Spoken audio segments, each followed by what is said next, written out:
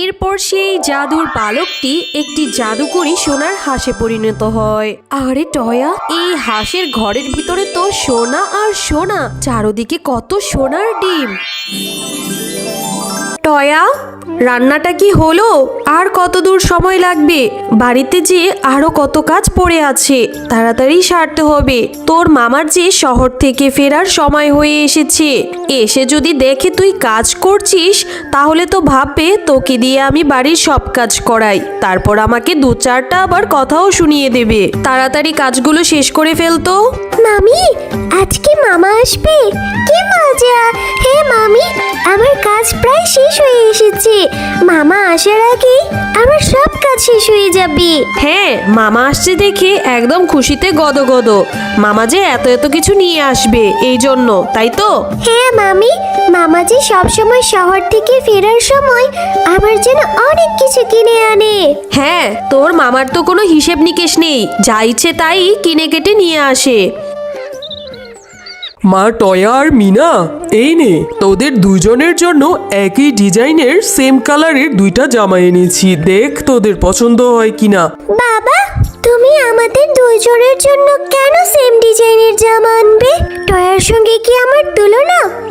আমি হচ্ছে তোমার মেয়ে, আর টয়ার তো আমাদের বাড়িতে কাজ করে, তাহলে ওর মতো কেন আমার জন্য জামা নিয়ে আসবে?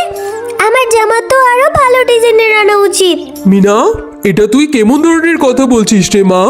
কে বলেছে টয়া আমাদের বাড়িতে কাজ করে? টয়া আমার আপন বোনের মেয়ে, তার মানে আমারও মেয়ে। টয়া তোর নিজের বোনের মতো, ওকে তুই কিভাবে কাজের মেয়ে বলিস? কই, আমি তো পড়াশোনা করি, টয়া তো পড়াশোনা করে না, বাড়ির সব কাজ তো টয়াই করে, তাহলে তো আমাদের বাড়ির কাজের মেয়ে, তাই না? টয়াও তোর সঙ্গে এখন থেকে স্কুলে যাবে, আমি টয়াকে স্কুলে ভর্তি করিয়ে দেব। আর টয়া এ বাড়িতে কেন কাজ করবে? কাজ করার জন্য তোর মাই যথেষ্ট। যদি তোর মা না কাজ করতে পারে তাহলে কামের মানুষ রেখে নিবে। টয়া এ বাড়িতে আর কোনো কাজ করতে পারবে না। না বাবা, এইটা আমি একদম মানছি না। তুমি টয়ার মতো কেন আমার জন্য জামা নিয়ে আসবে? তারপরে ওর মতো ড্রেস পরলে সবাই আমাকে ভিখারি ভাববে। আমি কখনো এই জামা পরবো না, আমি এখান থেকে চলেই যাব।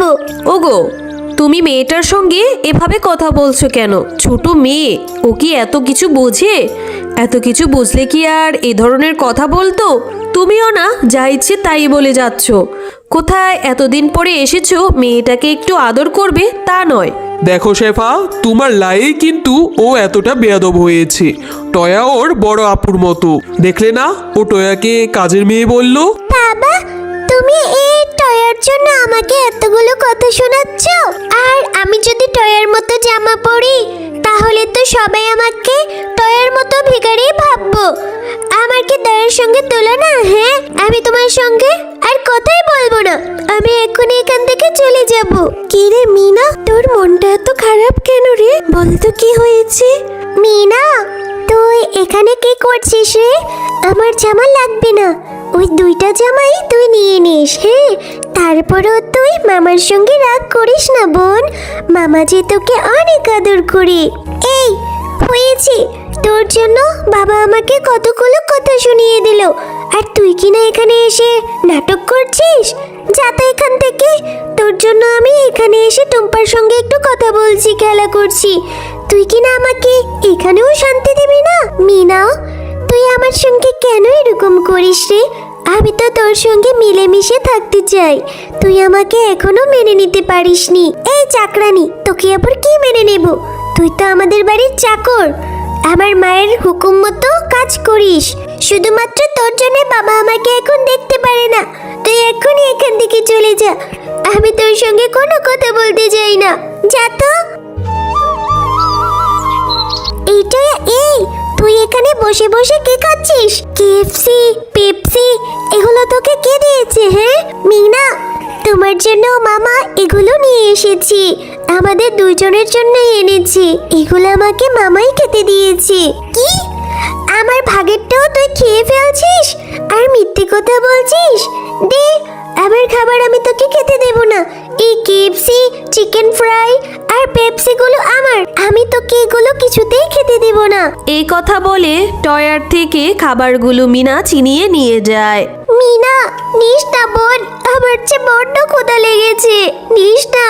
মিনা, দিন দিন তুমি অনেক অসভ্য হয়ে যাচ্ছ। কেন তুমি টয়ার কাছ থেকে খাবারগুলো ছিনিয়ে এনেছো? হ্যাঁ, আমি কি তোমার জন্য নিয়ে আসিনি?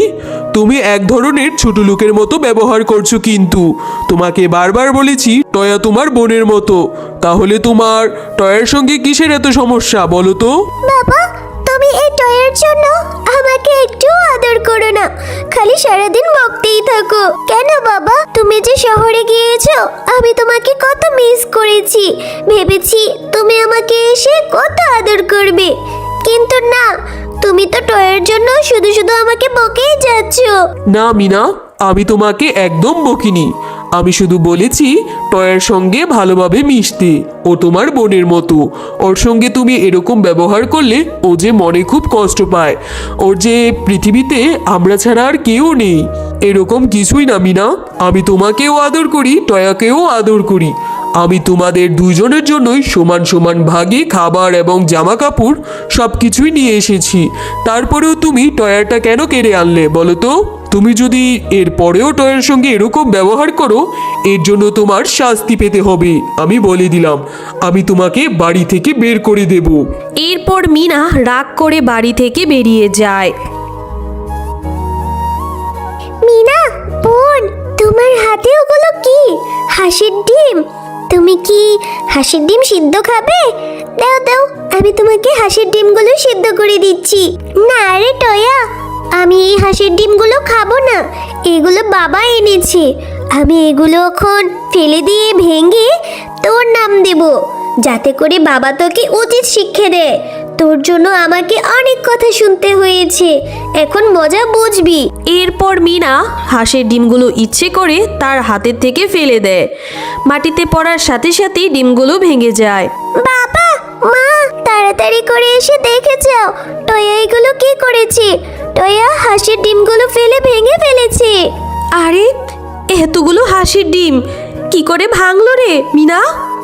মা, আমি টয়াকে বললাম আমাকে একটা হাঁসের ডিম সিদ্ধ করে দিতে। টয়া বলল, আমি কি তোদের বাড়ির কাজের মেয়ে? এই কথা বলে আমার হাত থেকে হাঁসের ডিমগুলো নিয়ে মাটিতে ফেলে ভেঙে দিল। মা, কি সব বলছিস রে মিনা? এত শখের আমার হাঁসের ডিমগুলো এই টয়া কিনা ভেঙে ফেললো। ওগো, এবার তুমি কিছু একটা করো। তোমার ভাগ্নিকে তো তুমি কিছুই বলো না, সব দোষ তো আমার মেয়ের। আমার মেয়ের তো বেয়াদব অসভ্য। এবার যদি তুমি কিছু না বলো, তাহলে আমি আমার মেয়েকে নিয়ে এক্ষুনি বাড়ি থেকে বেরিয়ে যাব। টয়া, তোকে আমি আদর করতে করতে তুই একদম মাথায় উঠে গিয়েছিস। আমি তোর থেকে এরকমটা কখনো আশা করিনি। যা, তুই এক্ষুনি আমার বাড়ি থেকে বেরিয়ে যা। মামা, আমি এইসব কিছু করিনি। মিনা মিথ্যে কথা বলছে মামা, আমি এইগুলো করিনি। মিনাই ওর হাতের থেকে ডিমগুলো ফেলে ভেঙে ফেলেছে। আর আমি কোথায় যাব? আমার যে যাওয়ার কোনো জায়গা নেই মামা। আমি এত কিছু জানি না। তোর জন্য আমি আমার নিজের মেয়েকে অনেক বকেছি। তুই এক্ষুনি আমার চোখের সামনে থেকে চলে যা। এরপর টয়া সে বাড়ি থেকে চলে যায় আর বনের মধ্যে বসে বসে কান্না করতে থাকে। মামা আমার কথা বিশ্বাস করলো না। মিনা আমার সঙ্গে কেন এরকম করে? মিষ্টি মেয়ে, তুমি এখানে বসে বসে এভাবে এই গহীন জঙ্গলে কাঁদছো কেন? কি হয়েছে তোমার, আমাকে বলো। এরপর টয়া সবকিছু পরীটাকে খুলে বলে। তারপর পরী জাদু করে একটা পাখির পালক এনে দেয়। টয়া, এই পালকটা নিয়ে তুমি তোমার মামা বাড়িতে যাও, আর তুমি এই পালকের কাছে যা চাইবে সেইটাই পূরণ করবে। তবে হে, এই পালক তোমার শুধুমাত্র একটি ইচ্ছেই পূরণ করবে। কিন্তু পরি, এই পালকটা নিয়ে গেলে তো মামা মামি আমাকে ক্ষমা করবে না, আমার কথা বিশ্বাস করবে না, আমাকে আরো বকা দিবে। না টয়া, তুমি এই পলকটা নিয়ে তোমার বাড়িতে গিয়েই দেখো না, তোমার মামি একদম খুশি হয়ে যাবে আর তোমাকে আরো আদর করবে। কিরে টয়া, তোকে না তোর মামা বাড়ি থেকে বের করে দিল? আবার কেন এসেছিস আমাদের সুখে সংসারে অশান্তি করতে? মামি, এই দেখো আমি তোমার জন্য কি নিয়ে এসেছি। এই পালকটা দিয়ে যা ইচ্ছে তাই তুমি চাইতে পারবে, তবে এই পালকটা তোমার একটি ইচ্ছে পূরণ করবে। ঠিক আছে, তাহলে তুই পালকটার কাছে আমার জন্য একটি সোনার হাঁস চা, যে হাঁসের মধ্যে অনেক সোনার ডিম থাকবে, আর সেই সোনার ডিম দিয়ে আমি কোটিপতি হয়ে যাব। চাদর পালক, তুমি আমার মামিমার জন্য একটা বড় সোনার হাঁস এনে দাও, যে হাঁসের মধ্যে অনেক সোনার ডিম থাকবে। এরপর জাদুর পালকটি জাদু করে একটি সোনার হাঁস এনে দেয়। আরে আরে, এই তো আশ্চর্যকর বিষয়, সোনার হাঁস। হাঁসটা কিরকম চকচক করছে। যাই তো, সোনার হাঁসের ভিতরে যাই, যে দেখি কি আছে। আরে, সোনার হাঁসের ভিতরে এত সোনা, এত এত সোনার ডিম, আমার তো বিশ্বাসই হচ্ছে না।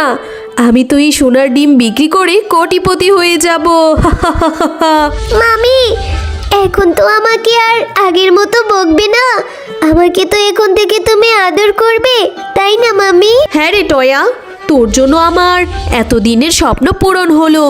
আমার খুব ইচ্ছে ছিল কোটিপতি হওয়ার। তোকে এখন থেকে আমি আমার নিজের মেয়ের মতো আদর করব।